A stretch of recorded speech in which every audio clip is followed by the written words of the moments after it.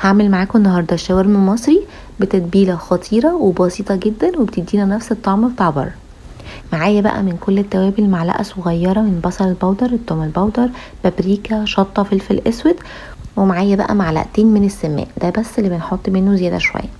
وبنزل بقى بنص فنجان من الخل الابيض العادي، وربع فنجان من الصويا صوص الفاتح. طبعا دي مقادير كيلو من اللحمه.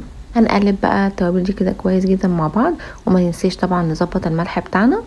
ومعايا بقى هنا اهم حاجه قطعيه اللحمه. انا بحب القطعيه هنا تكون ما بتاخدش سوا خالص، فاخترت وش الفخده اللي احنا بنعمل منه بوفتيك. خليت الجزار يقطعه لي بوفتيك عادي بس ما خليتهوش يدقه.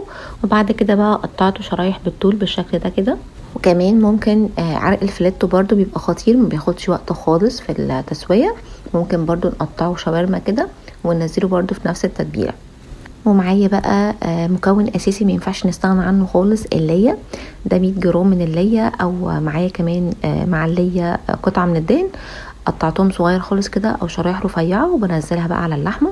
ممكن طبعا لو اللية عندنا ممكن نحطها في الفريزر، وبعد كده بنخرجها بنبشرها بالمبشره كده، بتبقى مش باينه خالص جوه اللحمه. بنقلب بقى كده التتبيله كويس جدا، واتاكد ان اللحمه اتشربت من التتبيله كويس قوي من كل حته فيها. بعد كده بقى بحطهم في بوله وبغطي عليهم وبدخلهم التلاجة لمده 4 ساعات مش اقل من كده.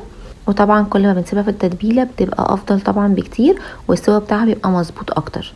وعلشان السوا يطلع معايا مظبوط محتاجه بقى طاسه تكون واسعه كده. هنزل بقى بنص فنجان من الزيت، وقطعه من الزبده او قطعه من السمنه البلدي.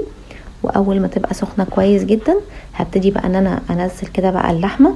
انا مش هنزلها فوق بعض، لا هنزلها جنب بعض بالشكل ده كده عشان خاطر تاخد صدمه وتقفل على كل السوائل اللي جواها وما تفقدهاش وما تنشفش معايا. احنا عايزينها كده تبقى محتفظه كده بالطراوه بتاعتها.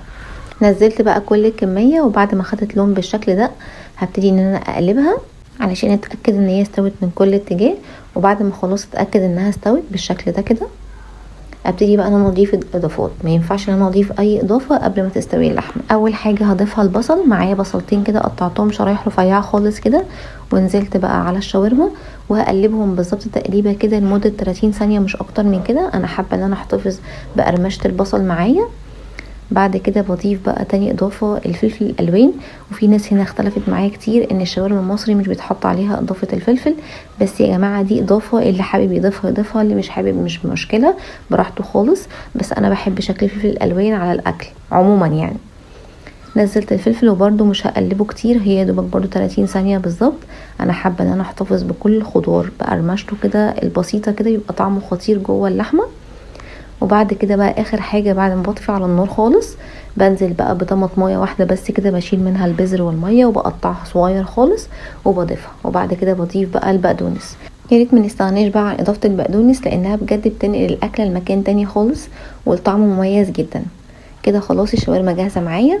ومعايا بقى الكايزر العادي الهش من جوه الخفيف خالص ده. طبعا الشاورما ما تنفعش من غيره، بجد طعمه خطير. جربوا بقى طريقة الشاورما وقولوا لي ايه رأيكم، وبألف هنا. ولو عجبكم الفيديو لايك وسبسكرايب، وان شاء الله نتقابل في فيديو جديد.